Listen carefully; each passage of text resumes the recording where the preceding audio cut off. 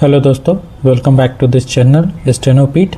आज हम इस वीडियो में एसएससी स्टेनो 2026 के 50 डेज स्ट्रेटजी के बारे में बात करेंगे और इस वीडियो में हम यह भी डिस्कस करेंगे कि यदि आपको 160 प्लस स्कोर करना है तो आपको किस स्ट्रेटजी को फॉलो करना होगा।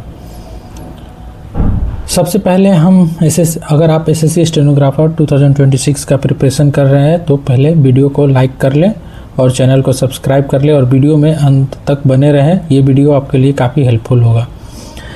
तो शुरू करते हैं। सबसे पहले हम इस वीडियो में जानेंगे कि स्कीम ऑफ एग्जामिनेशन क्या है। स्कीम एग्जामिनेशन कोई भी स्टेनोग्राफर का प्रिपरेशन कर रहा हो उसे पता ही होगा। General awareness, general intelligence and reasoning और इंग्लिश लैंग्वेज एंड कम्प्रिहेंशन, ये तीन पार्ट में ये एग्ज़ाम होता है। यानी कि 3 पार्ट होते हैं इस सीबीटी के, यानी कि कंप्यूटर बेस्ड टेस्ट के। जनरल इंटेलिजेंस यानी रीजनिंग में 50 क्वेश्चंस रहते हैं और अब 50 मार्क्स का क्वेश्चन रहता है। और अब से यह चूँकि सेक्शनल टाइमर ऐड हो चुका है तो ये इसके लिए आपको 30 मिनट्स मिलेंगे। जनरल अवेयरनेस 50 क्वेश्चन 50 मार्क्स का और इसके लिए भी आपको 30 मिनट्स टाइमिंग मिलेगा। इंग्लिश लैंग्वेज एंड कम्प्रिहेंशन जो कि 100 मार्क्स का होता है और 100 क्वेश्चंस इसमें होते हैं, इसके लिए आपको टोटल 60 मिनट्स का टाइम मिलेगा। सेक्शनल टाइमिंग की बात करें तो यह पहली बार सेक्शनल टाइमिंग के थ्रू एसएससी स्टेनोग्राफर का एग्ज़ाम लिया जा रहा है। इसे मैनेज करना काफ़ी डिफ़िकल्ट होने वाला है। यदि आप इस स्ट्रेटजी को फॉलो करते हैं तो आपको काफ़ी हेल्पफुल होगा एग्जामिनेशन हॉल में। तो सबसे पहले बात करते हैं हम जनरल इंटेलिजेंस एंड रीजनिंग की। तो यहाँ पे आप देख सकते हैं कि क्या करना होगा। यानी कि आपको जनरल इंटेलिजेंस रीजनिंग सबसे पहले लास्ट 50 डेज़ यानी कि बचे हुए 50 डेज़, यानी कि इसका जो एग्ज़ाम होगा या तो जुलाई या फिर अगस्त में होने वाला है। जुलाई अगस्त के बीच में ही होने वाला है। तो अगर हम मान के चले कि हमारे पास 50 डेज़ समय है तो लास्ट 50 डेज़ में हम क्या कर सकते हैं, जो भी एस्पिरेंट प्रिपरेशन कर रहे हो एसएससी स्टेनोग्राफर का। तो सबसे पहले तो आपको जनरल इंटेलिजेंस एंड रीजनिंग को फॉलो करने के लिए आपको practice daily 50 mix questions of 2 sets each in 30 minutes. यानी कि आपको एक रोड मैप बनाना है। डेली 30 मिनट्स का 2 मॉक्स लगाना है, 2 मॉक जो कि सेक्शनल होगा। और ये मॉक आपको किसी भी प्लेटफॉर्म पे मिल जाएगा। यदि आपको ये किसी प्लेटफॉर्म पे ज़्यादा नहीं मिल पा रहा है तो आप बुक से भी टाइमर लगा के 30 मिनट्स का और 50 क्वेश्चंस कर सकते हैं। यह क्वेश्चन करने के लिए ज़रूरी नहीं है कि आप मॉक टेस्ट यानी कि जो अननोन क्वेश्चंस हो वहीं दे। आप इसके लिए CGL, CHSL और CPO, इन तीनों एग्ज़ाम के रीजनिंग के क्वेश्चंस को, यानी कि CGL में 25 क्वेश्चन पूछा जाता है, CHSL में 25 और CPO में 50 क्वेश्चन पूछा जाता है। ये जनरल इंटेलिजेंस है। तो आप यदि CGL का सेट बना रहे हो तो इसके लिए आप 2 रीजनिंग का सेट लगा लेंगे जिससे कि ये 50 क्वेश्चन हो जाएगा। CHSL का कर रहे हो तो 2 सेट कर लेंगे। और यदि आप CPO का प्रीवियस ईयर क्वेश्चन कर रहे हो तो आप 1 सेट करेंगे तो आपको 50 क्वेश्चन कंप्लीट हो जाएगा। प्रीवियस ईयर क्वेश्चन पे सबसे ज़्यादा आपको ध्यान देना है। प्रीवियस ईयर क्वेश्चन से ही मिलता जुलता क्वेश्चन जो है आपको देखने के लिए मिलेगा। आपको एक बात यहाँ पे समझना बहुत ज़रूरी है, यानी कि आउट ऑफ 50 क्वेश्चंस जो भी 40 क्वेश्चंस रहेंगे ये आपको टाइम में बन जाने लायक सवाल रहता है। लेकिन 10 ऐसा क्वेश्चन रहता है जो कि आपके टाइम को मिसमैनेज कर देता है, यानी कि आप टाइम टेकिंग होता है। 10 क्वेश्चन जो होता है वो बहुत टाइम टेकिंग होता है और जिसमें एस्पिरेंट फंस जाते हैं और फंस के अपना टाइम लॉस कर लेते हैं। सवाल तो भले बन जाता है लेकिन उसमें जो टाइम लॉस हो जाता है उसके वजह से और क्वेश्चन छूट जाते हैं। तो यहाँ पे सेकंड देखते हैं, गिव 15 मॉक्स इन 15 डेज अल्टरनेटिवली। यानी कि आपको बचे हुए 50 दिनों में 15 फुल मॉक देना है। सेक्शनल मॉक्स तो आपको डेली ये देना ही देना है जितना मैंने बताया। उसके बाद आपको 15 फुल मॉक्स देना है और मॉक देने के बाद जो भी क्वेश्चन आपसे सॉल्व नहीं हो पा रहा हो तो उसको एनालाइज करना सबसे ज़्यादा ज़रूरी होता है। एनालाइज करें कि ताकि वो क्वेश्चन अगर दोबारा से रिपीट हो तो उसको हम सॉल्व कर पाएँ। थर्ड है skip lengthy and puzzled question if it takes too much time, यानी कि आपको एक वर्ड है स्किप, इसको यदि आप प्रिपरेशन के साथ लेकर के चले तो आपको काफ़ी हेल्प होने वाला है एग्ज़ाम में। स्किप करना सीख गए तो आपका रिजल्ट होना तय है। स्किप यानी कि जो लेंदी क्वेश्चन होगा, जो काफ़ी डिफ़िकल्ट क्वेश्चन होगा, बनेगा तो वो क्वेश्चन ज़रूर बनेगा, लेकिन वो टाइम इतना ले लेगा आपका कि जिसके वजह से बाकी के क्वेश्चन छूट जाएंगे। तो उसको सबसे पहले स्किप करना है। यदि बाद में समय बचता है तो आपको उस क्वेश्चन को सॉल्व करना होगा। डू इजी क्वेश्चन फर्स्ट, वहीं सेम बात हुआ, यानी कि यदि हम लेंदी क्वेश्चन और पजल्ड क्वेश्चन को सबसे पहले स्किप कर देते हैं, जो कि टाइम टेकिंग होगा, आप क्वेश्चन देख के बता सकते हैं कि ये इस क्वेश्चन को 30 सेकेंड्स में बना सकते हैं या फिर यह 2 से 3 मिनट का टाइम ले सकता है। यदि 2 से 3 मिनट से ज़्यादा का समय ले रहा है तो उस क्वेश्चन को देखते ही स्किप करना है। और आपका टारगेट यह होना चाहिए कि 45 प्लस आउट ऑफ 50 में आपका अटेम्प्ट होना चाहिए, और वो भी सही, क्योंकि जो 5-10 क्वेश्चन डिफ़िकल्ट हो गए वो तो उसमें से 5 क्वेश्चंस तो बन जाएंगे, थोड़ा सा मेहनत करने पे, थोड़ा सा उस पर दिमाग लगाने पे रीजनिंग के क्वेश्चन बन जाएगा, लेकिन जो बाकी के 5 क्वेश्चंस होगा वो आपको टाइम ज़रूर मिसमैनेज कर देगा। तो ये रहा रीजनिंग का स्ट्रेटजी। अब बात करते हैं जनरल अवेयरनेस के बारे में। जनरल अवेयरनेस सबसे कहा जाए तो सबसे डिफ़िकल्ट है और एग्जामिनेशन हॉल में अटेम्प्ट लेने में सबसे इजी है और सबसे डिफ़िकल्ट है। यह जो मेरिट बनाने वाला जनरल अवेयरनेस होता है।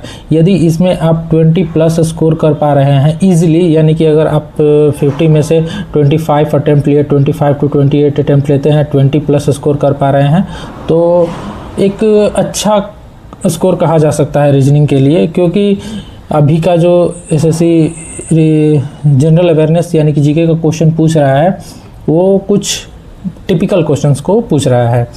इसको प्रैक्टिस करने का स्ट्रेटजी देखते हैं। Daily revise your notes. यदि आपने पढ़ा है तो लास्ट के 50 डेज में, 50 डेज में आपको इसको जो नोट्स बनाया है उसको डेली रिवाइज करना है। डेली 5 पेज 8 पेज करके इसको आपको रिवाइज कर लेना है। Focus on statics GK. सबसे ज़्यादा नहीं भी तो फिर भी आपको स्टैटिक जीके पे फोकस करना है। स्टैटिक जीके से बहुत क्वेश्चंस रहते हैं, 10 से 12 क्वेश्चन आपको स्टैटिक जीके से देखने को मिल जाता है एसएससी स्टेनोग्राफर के क्वेश्चन एग्ज़ाम में। स्टैटिक जीके यानी कि नृत्य, कला, ये सब जो पूछता है, स्टेट से संबंधित कुछ क्वेश्चन पूछा जाता है कि यह किस स्टेट से संबंध रखता है, कौन सा फूड किस स्टेट में, कौन सा डांस जैसे कि झूमर हो गया, ये सब चीज़ जो स्टैटिक जीके का पार्ट है, तो ये सब क्वेश्चन पूछा जाता है। Read yearly current affair magazine. अब बचा इसमें आपको करेंट अफेयर भी काफ़ी इंपॉर्टेंट है। इसमें से आपको कम से कम 7 से 8 क्वेश्चन करेंट अफेयर्स का देखने को मिल सकता है। चूँकि अब की बार एडिक्विटी एग्ज़ाम ले रहा है, हो सकता है ये क्वेश्चंस आगे बढ़ भी सकते हैं ये करेंट अफेयर्स के।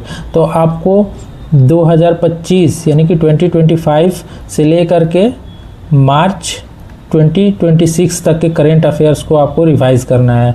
उसके लिए आप कोई भी एक मैगज़ीन ले सकते हैं, एसपीडी का ले सकते हैं या फिर एडिटोरिया का ले सकते हैं, और उससे आपको रिवाइज़ कर लेना है। क्योंकि लास्ट 50 डेज़ में आप यही कर सकते हैं और यही बेस्ट है जो कि आपको स्कोर को बूस्ट करेगा।